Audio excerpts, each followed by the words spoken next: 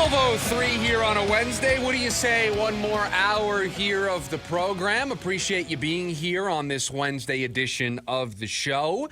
Whether you're listening to us on AM 1060, either you're on the app or you're joining us on the video version of the show on the KDUS AM 1060 YouTube live stream. However you are listening, we appreciate you being here. The Suns back in action tonight, finishing off a 4-game road trip. They will take on the Houston Rockets. We'll preview the matchup a little bit later on this hour. I read a really interesting story out of Houston today that I think is a just big red siren telling me how tonight's going to go. I'll talk to you about that a little bit later on here in the show. But tonight's game and then 16 more. That's all that's left for the Phoenix Suns. 17 games to go this season, and then one of the more anticipated off seasons in recent Suns history, I think, is upon us. Not necessarily in a good way. They're about to blow up their big three that they built with the goal of winning a championship, and they didn't even get anywhere close. So it's not like a celebratory, oh, man, what a fun offseason. Team's got $150 million in cap space, and there's a bunch of star players, and they have all these draft picks, and they might get a superstar. It's not like what happened in New York with the Knicks last offseason, where injuries derailed you in the postseason, so you get there, you get knocked out, and then boom, Karl Anthony Towns, Mikal Bridges. It's not that. It is, we got to reimagine this team. We got to retool this team. This team's got to look very different going into next season. That's why it's highly anticipated, because it's going to look a lot different. And I think we're all waiting in anticipation to see, one, who's in charge of making these decisions. Are there changes in the front office? But what this vision looks like, and do the Suns show that they have learned from what is, the only word to describe this is, it has been a failure. Have they learned from it? This summer we'll learn that answer. And so that's why it's a highly anticipated summer upcoming for the Phoenix Suns. One of the byproducts of this highly anticipated summer, one of the questions that will get answered probably relatively quickly. It will certainly get answered quicker than the Kevin Durant sweepstakes. It will get answered quicker than whatever they do in free agency, what other trades they might make. But that is the future of Mike Budenholzer. And do the Suns do the unthinkable and go 4 coaches in 4 years? You dump Monty Williams. That era runs its course. Frank Vogel, boom, you're in. You're our guy, NBA championship winner coach, championship caliber defensive coach, is going to completely remake this team. Boy, do we long for the days of Frank Vogel being in charge here. I'd very happily go back to that. That doesn't work out. You think the investment into focusing so heavily on defense hurt you on the offensive side, so now you go to the complete opposite end of the spectrum. You see this in the NFL all the time, right? If you fire a head coach who was a former offensive coordinator, was an offensive mind, normally you go to the other end of the spectrum, the other end of the scale, and you go for a defensive-minded head coach, and then you oscillate back and forth until you hopefully find your Andy Reid, your Bill Belichick. You just bounce back and forth. So defensive coach in Frank Vogel, we're now going to go to the complete opposite end of the spectrum. We're going to get somebody who's known for being an offensive-first guy, for having an offensive mentality. And that's another championship caliber coach, won an NBA title, but we're going to go with Mike Budenholzer. So Monty into Frank, into Mike, and now into a question mark. Will it be Coach Bud? Will it be Mike Budenholzer?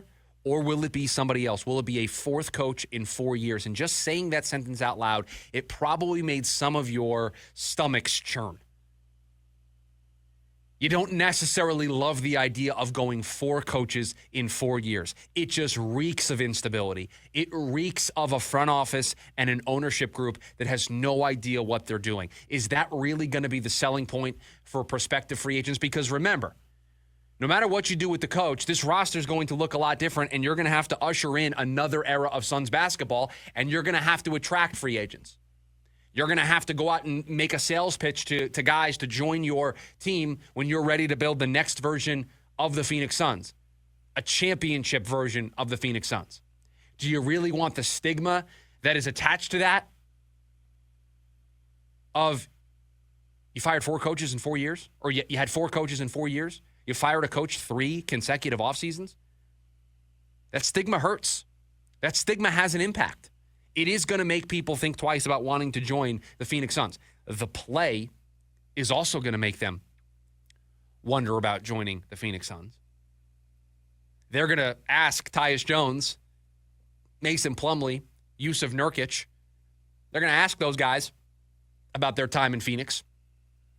That's also going to have an impact. And so the stigma of 4 coaches in 4 years, it just on the surface bothers me because it just reeks of you not knowing what you're doing. Because if you knew what you were doing, even if you fired a coach and then hired Frank Vogel, you fire Monty Williams, you hire Frank Vogel. Okay, that didn't work. You fired Frank Vogel. We're going to hire Mike Budenholzer. You would have had 2 full coaching searches and you still couldn't get it right. It just reeks of incompetence. And when you worry about your front office, about your ownership being incompetent, it makes you worry about everything else. It throws everything else into question because you can't win unless you're competent in the front office, unless you're competent in the ownership group. If there's not competency there, if there isn't a steady, stable hand guiding things at those levels, it's really hard to succeed. Really difficult. And so going through 2 head coaching searches and missing on both of them after 1 year, you hired Frank Vogel to a 5-year contract. 5-year deal. You fired him after year 1. It means you're paying him for the next 4 years unless he picks up another gig. I forget what Coach Bud's contract was, but I think it was something similar, the 4 or 5 year variety. You fire him, you're paying out the rest of that contract unless he goes someplace else. It's a lot of money to be carrying on your books for coaches that aren't coaching for you. So is Coach Bud's job on the line over these last 17 games? Or is just the fact that it would be 4 coaches in 4 years enough to take that completely off the table? I'll tell you what I feel. I feel like these 17 games matter towards his future. Now, I don't want to talk out of both ends of my mouth because I said a few weeks ago on this show that I would do one of 2 things with Coach Bud. I would either fire him or I would give him a endorsement. I would give him a vote of confidence publicly because I wanted them to play the young kids. I wanted them to empty the reserves and evaluate this roster for next year. That was all because I thought this season was done and over with. I still do, but Dallas, this was pre-Kyrie Irving getting hurt. And we were talking about 20, 25 games to go. What are you really getting at this point? Team's not going anywhere. Let's get a jump start on next season. Let's get a jump start on evaluating these players. And let's see more Colin Gillespie. Let's see more Bol Bol. Let's see more Ryan Dunn. Let's just see any Ryan Dunn. Let's see Nick Richards play a heavy dose of minutes. Let's see these guys in action so that next year you have a jump start on this roster. And I said you can only do that if the coach feels the stability or is no longer here. Because other than that, Coach Bud is going to coach this team to win every single basketball game and is going to try until the bitter end to get this team into the playoffs, until they are actually mathematically eliminated. So I said you have 2 choices. You either jumpstart the process and you fire him, or you give him a vote of confidence. Now, I don't love the vote of confidence, but at least it would free him up to do the right thing for this team. If you keep him in coaching limbo, then the only thing he's going to do is be full steam ahead. So he is going to coach these 17 games like his job depends on it. And unless we hear otherwise, it probably does. But to me, at some point, you have to give out that vote of confidence if you are going to bring him back to free him up to play all these young players. And maybe because of the Kyrie Irving injury, they're still going to push. They're still going to go for it. And so that means Ryan Dunn plays 27 seconds. That means Nick Richards isn't available in the 4th quarter of games for whatever reason. And so you're going to continue to push full steam ahead to try to catch Dallas and to try to sneak in to the play-in tournament so that at least it's not a complete and utter embarrassment. So maybe Coach Bud can make the case to move on. But I have been incredibly suspicious of some of these coaching decisions as of late. mainly all year. And so if Kevin Durant's leaving this summer, see, here's the difference, right? Here's why I push back on the idea of 4 coaches in 4 years being a bad thing. You're about to make a major change in the direction of this team. Retool, right? That's the word we've used. Retool versus rebuild. But a retool is coming. Expectations change. You brought Coach Bud in here to oversee a championship team. Clearly, that's not happening. Clearly, that is over. So now you have a new phase of Phoenix Suns basketball. So you have to ask yourself this question, and this is the only question in my mind that matters. Is Coach Bud the right guy to lead this next chapter?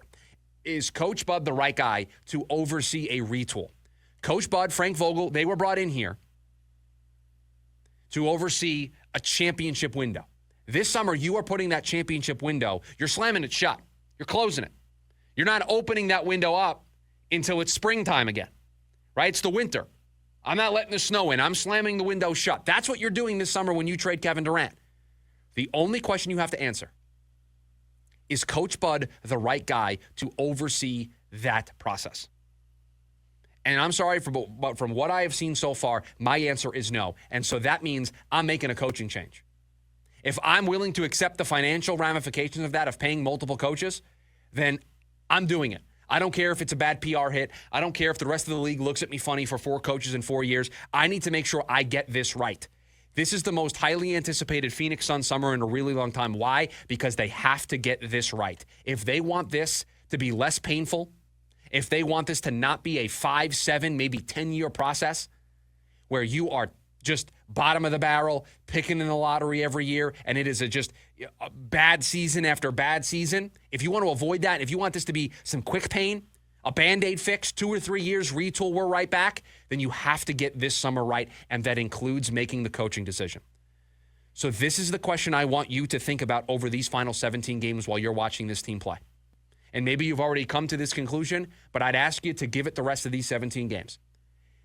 When you watch Mike Budenholzer coach this team, is that the guy that you want to oversee this transition period? Is that the guy that you want to see develop the young players that this team has? Is that the right guy for this process? I know where I stand right now. I would make a change. I'm sure most of you out there are looking at it the same way, but you're just basing it off of what the expectations were for this year and not meeting them. I'm looking at this from the perspective of this future, this summer is really darn important. You've got to get all of this right. You have to. If this was a gymnastics meet in the Olympics, you got to score perfect 10s across the board. Every judge has got to give you a 10 for your routine. You've got to stick the landing. The coaching is a part of sticking that landing. So ask yourself that question when you are watching these final 17 games. But is his job on the line? It certainly should be. Because I'm watching a coach that needs to sell me on him being the guy that gets to see this transition through.